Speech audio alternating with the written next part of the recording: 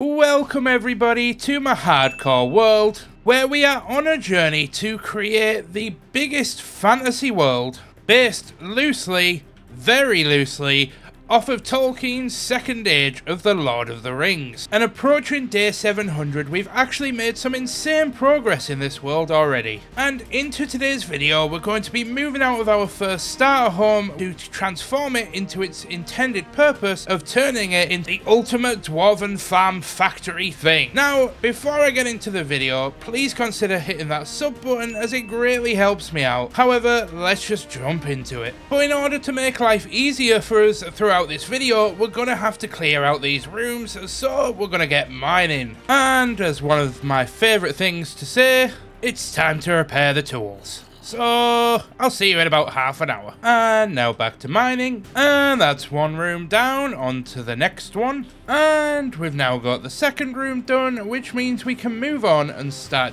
decorating, because we've got a lot of decorating to do in order to make this place look good before we can start moving people around and getting things done. Now, to actually get to work on decorating the rooms properly, we're going to need a lot more basalt, and as you can see, we've only got 2 stacks, so we're going to need more.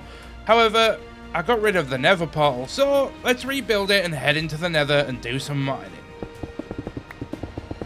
Now let's hope it connects us to the old portal, otherwise we're going to be in a little bit of trouble. Oh.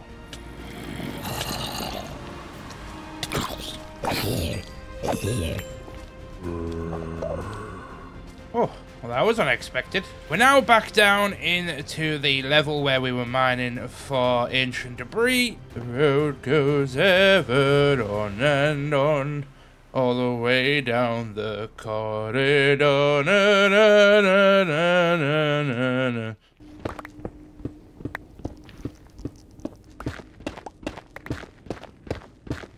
And with a full inventory of basalt, it's time to head back.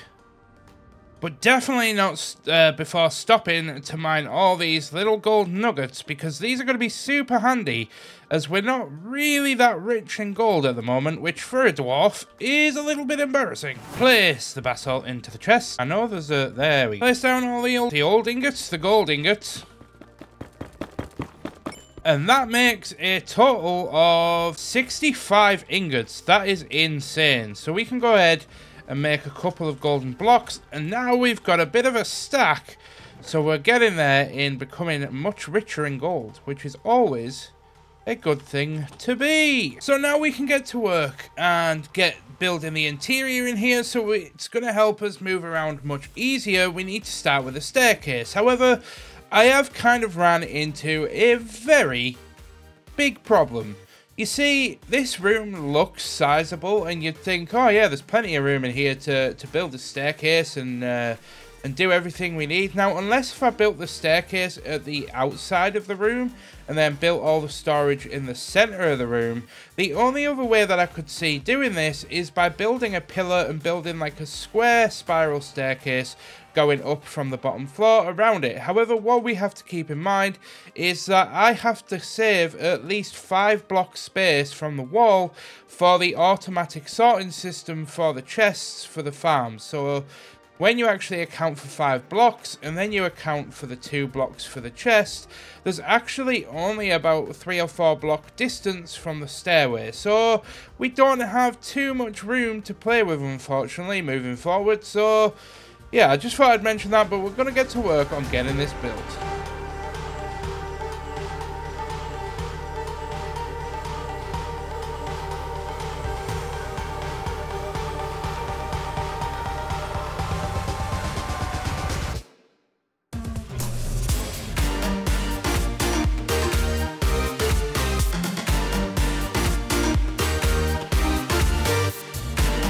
Okie dokie, so we've got the middle room designed and built, and to be honest, when I first built it, I didn't really like it, but now that I've actually spent a little bit of time away, I actually could have come to really love the design of this room. I think it's just that perfect mix between the kind of carved out stone and giving it that natural wall look, but a bit more textured. than just plain stone. So the way that I'm going to do this is I'm going to split this top floor into being the automatic potato farm, where we're going to create an automatic potato farm above the room, and then it filters down into a big storage room where it'll store hundreds of thousands of potatoes. The second room, now we're not really going to be visiting this area in the future too often, so I'm going to make this middle room the storage for the bamboo, and then this bottom floor will be the storage for the sugarcane, so that we have really easy access from this bridge area, so when we get into using elytra, if we ever do, and we fly around, it'll be easy to come and stock up on paper if we ever need it. However, in order to get all of this done, we have a few things to do, which the first thing we need to do is start moving some villagers out. Now, I'm going to keep the 2 farmers here and breed them to turn into the potato farm, but these 4 have got to go. So we're going to try and get them over there into that building, so that we can use them in the future for building a villager breeder and building up the trade district over there. However, I am not looking forward to this at all, so let's just go ahead and try and see if we can get it done.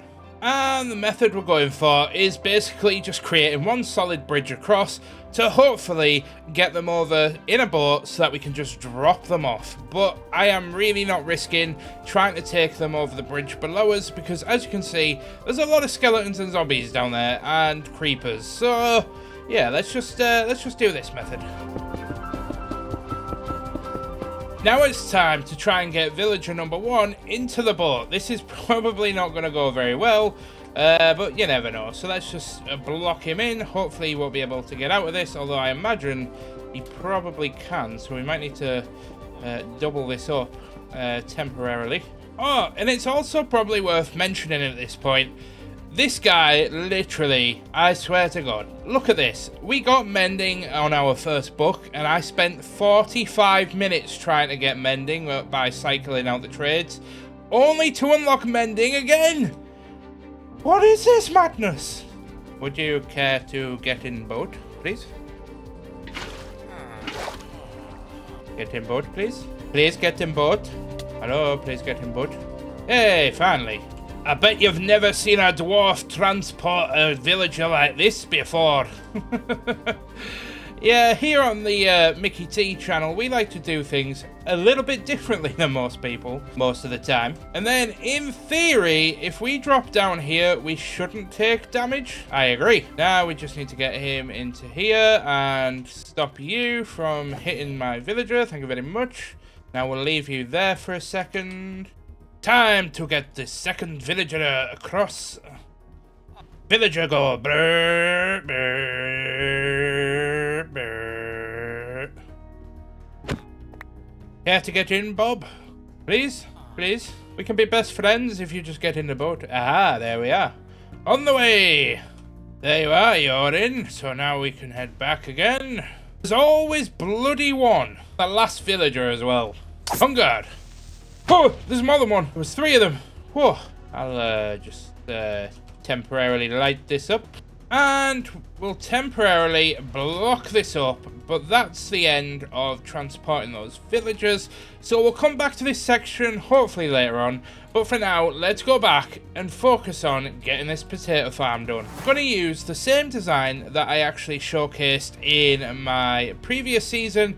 And there's probably a couple of videos on YouTube, but it's basically just using 4 separate dirt quadrants and a villager in the middle who tries to grab potatoes from the surrounding farmers, and it then gets sorted into a chest system. But first, I actually want to stock up on food first, so we're going to go ahead and harvest all of our wheat and potatoes, replant them, sell them for emeralds, and then hopefully buy a bunch of golden carrots so we've got enough to last us for a short while until we can get the trading center over there set up. So lots to do, let's get on with it. Trade with the villagers again. All the carrots. And then we'll wait for the trades to reset, go again, and then we can start building. Time to place down a few beds. Release the folk into the wild. Now, we can let them breed, however, we are going to have to feed them, so I am waiting for the potatoes to grow so we can actually throw them some food. Let's go harvest some carrots. Now, feed. Do what the... That was a bit rude. No more. Stop puking up everywhere. And whilst they do their thing, we need to now go and dig out a room above here, so let's get on with it.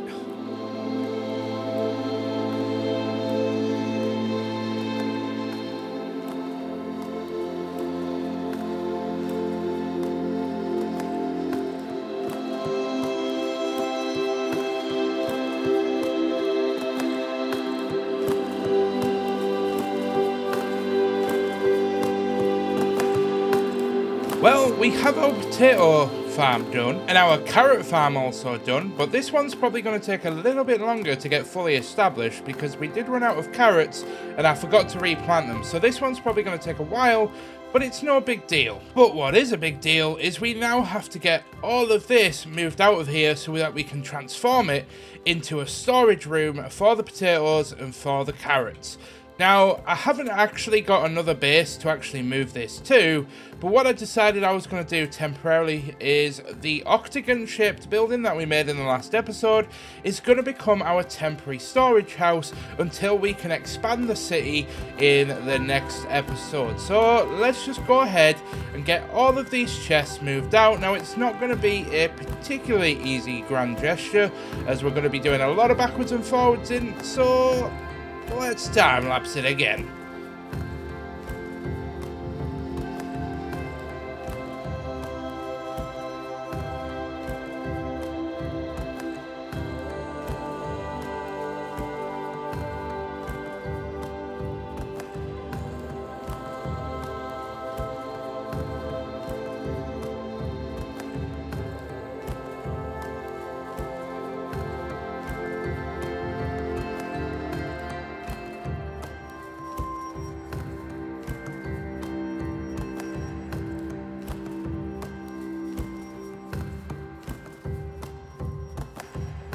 So we've finally got everything moved out, bar one chest, and this is just the little birthday cake chest, and this is the whole memorabilia chest, but I'm not moving that just yet because I just thought I'd leave it.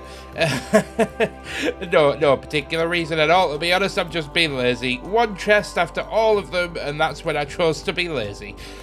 So now we're going to go ahead and quickly place down a couple of chests, then we're going to head into this tunnel behind me to completely dismantle the gunpowder creeper farm so that we can go ahead and make an automatic sugarcane and bamboo farm for this entire base. And that's the chests in on every floor. We've got a lot on each floor as we've got a huge amount of expanding to do.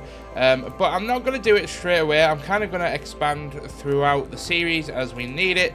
But we are going to run into here now because we need to not only move all of this out, we also need to start dismantling it. So we are going to have to grab all of this gunpowder and move it over to the other building. So I'll be back in a uno momento. Well, that was insane. We filled up almost 2 double chests of gunpowder from just moving everything over. And yes, I know this is a bit cramped in here now. It's only a temporary solution until we get our big storage hall built in a future video, but let's get back over to the farm.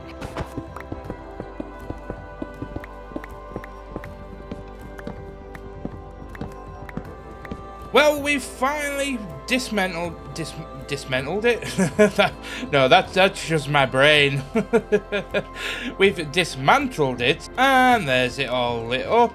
And as I said, I'm not going to be expanding this top layer because we're only going to be using it for bamboo. Now I've just tried to mark out exactly where we need to build another floor underneath because we're going to have a cart collection system and the targeted block is Y82. So we need to make sure that minecart track doesn't go below Y82. Otherwise, we're going to have to slightly rethink this design. And it does actually go below Y82, so we may need to actually just raise this entire room by like 2 or 3 blocks. And I finally planned out the room. However, it's going to be a 30 by 60 room. It's going to be huge, but I've done it deliberately big. I'm not a big fan of oversized farms personally.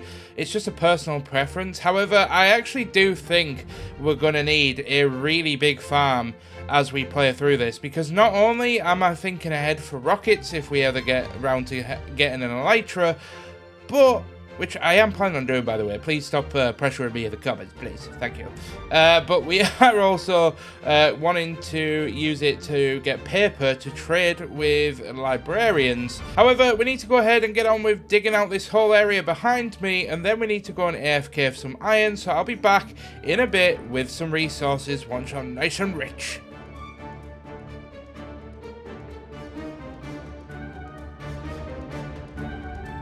Well, we finally gone ahead and got the room dug out. It only took us like 2 hours or something ridiculous to mine this room out, and we had to go and repair the pickaxes again. However, we now need to go and AFK at our iron farm for a while, because we have got all the materials technically to go ahead and start building this. However, it's going to take probably about 4 stacks of hoppers, and we also need a...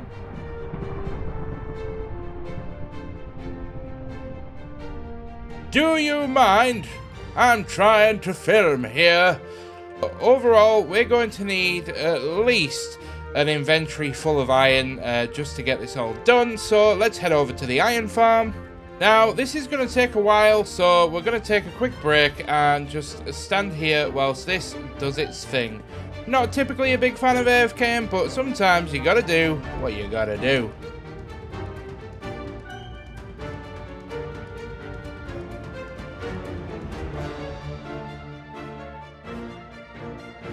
And we grab all the iron, place into the chest, then simply rinse and repeat. But as you can see, we are now completely out of redstone, so we're gonna have to go mining. Help me! Oh, well, after mining for a couple of hours, we now need to go ahead and build up our little tower and then mine it all down to see how much we can get.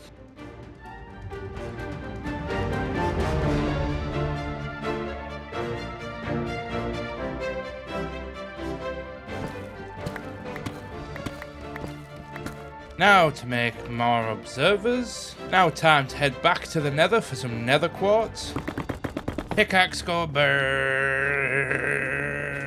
And we're back to put our precious ancient debris in there, and we should have enough now to do something special at the end of the episode. However, we need to go and chop down, or cut down, sorry, all of our nether quartz and see how much we can get from the several stacks that we've got, because we need about 15. So let's get to work building this up and mining it down. Well, we got the netherite done, and now we're going to do the gold nuggets as well. And whilst we get to crafting, let's go ahead and throw all the ancient debris in there. Craft you into blocks along with the nuggets so that we can keep stocking up on our gold. And we've had to come back down to the mine because we need more redstone again.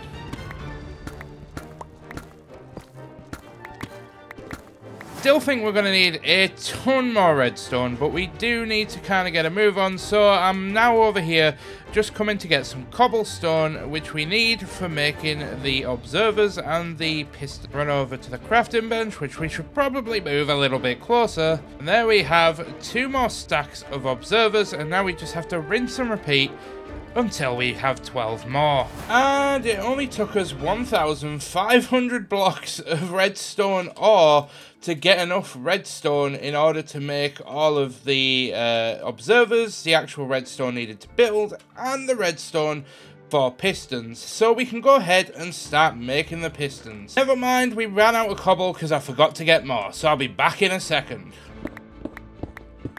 Well, I'm finally back with the rest of the cobble, so we now should have enough to continue making all of the pistons. So let's just get on with it again.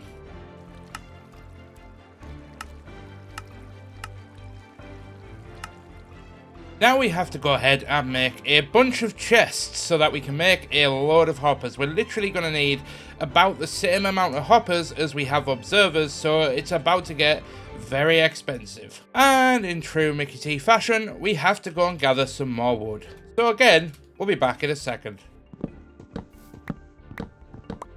Well, we haven't quite got all the materials, so we'll probably need to go gathering again, but we've got to get on. So we're going to take everything over. No, we're not. We're going to start making some hoppers, and then we're going to head over. And yes, you will have guessed correctly if you had just told yourself in your head that I had run out of materials again, so we had to come and collect some more iron. Look, I really apologize for how jumpy the video has been over the last 5 minutes, but I promise you it's just because I'm absolutely dreadful at planning ahead for builds, and not because I love just jump cutting all over the place. But I promise you very, very soon the videos will be much smoother and more linear once we get all of the early game stuff out of the way. Well, I feel like an absolute idiot. You have no idea. So for some reason, in my head all day, I've had this idea that making hoppers for a collection system for our sugarcane farm was cheaper than rails. I don't know how I came to this conclusion. I don't know what maths I did in my head, but for some reason I completely forgot that one recipe in crafting Minecraft rails results in 16 rails and not just one. So therefore I was doing 6 iron ingots for every rail and not 6 iron ingots for every 16 rails, which means the calculation works out. Are you ready for this? To make one line of hoppers for this farm, I would need 320 iron ingots. I would only need 30 to do rails, and that's obviously with the 6 gold included for the powered minecart rails. Well, I did take a bit of a break for Valentine's Day, but we came back with a fresh mindset after being really frustrated and got to work on building and digging out the area where we were going to build the cart collection system. Well, it's been a few days and we've finished digging out the area. I had to take a break after the blunder, which I'll explain more about in just a second. However, I wanted to take a quick break to just give you guys 2 very small announcements for the channel. So if you've made it this far into the video, thank you so much for being freaking awesome. I don't actually know why I've come over here since I need to be over in the other place anyway. But the first announcement that I wanted to give you guys was, with the launch of this video, I'm going to be releasing memberships on YouTube. Now, I just wanted to give a quick caveat to that, because I want to stress that giving money to me is not a priority for anybody in this climate. It's just there for anybody that wants to. So first, I'll get the boring announcement out the way, and with the launch of this video, I'm going to be releasing memberships here on the channel. Now, I really wanted to include this in a video because I really want to stress that nobody has to financially help out on this channel at all. It's only being released for those that really want to support me as a creator and or support the next project which we're going to be announcing by helping towards the costs of it. And that's about it. And to reward anybody that does become a channel member here on YouTube or a Twitch sub over on the live streams, we're going to be creating a Hall of Memories where every player will get an armor stand, and after the first reoccurring month you will get an armor stand placed in your name, and every month thereafter that we will add some sort of upgrade to the armor. You'll start off with leather and then go up to sort of iron, gold, diamond, netherite. Then we'll have to think about something to do for the long term, but it's just as a way of me saying thank you, and there's only going to be 1 tier of membership for now, because I truly appreciate that right now everybody is going through a bit of a rough time, but it's there if you need to. However, the better announcement, so coming soon is the server we're dubbing the Arduk SMP, and this is basically just my way of saying thank you to all you awesome people that watch these videos. It is a community vanilla RPG server. There's not going to be too many mods installed, but it is going to allow you to basically join a faction that most suits your playstyle within Minecraft. So if you prefer creating more aesthetic things, maybe you'll want to join the Hobbits. If you prefer making underground bases, then you're going to benefit from joining the Dwarf faction. But other than that, it's just a way for the community to come together. Now, unfortunately, you will have to join the Discord and request the whitelist when the server goes live, because it is not live right now. It will be going live around the beginning of March. So if you're watching this video before March, just join the Discord and there'll be more server announcements in there when it's ready.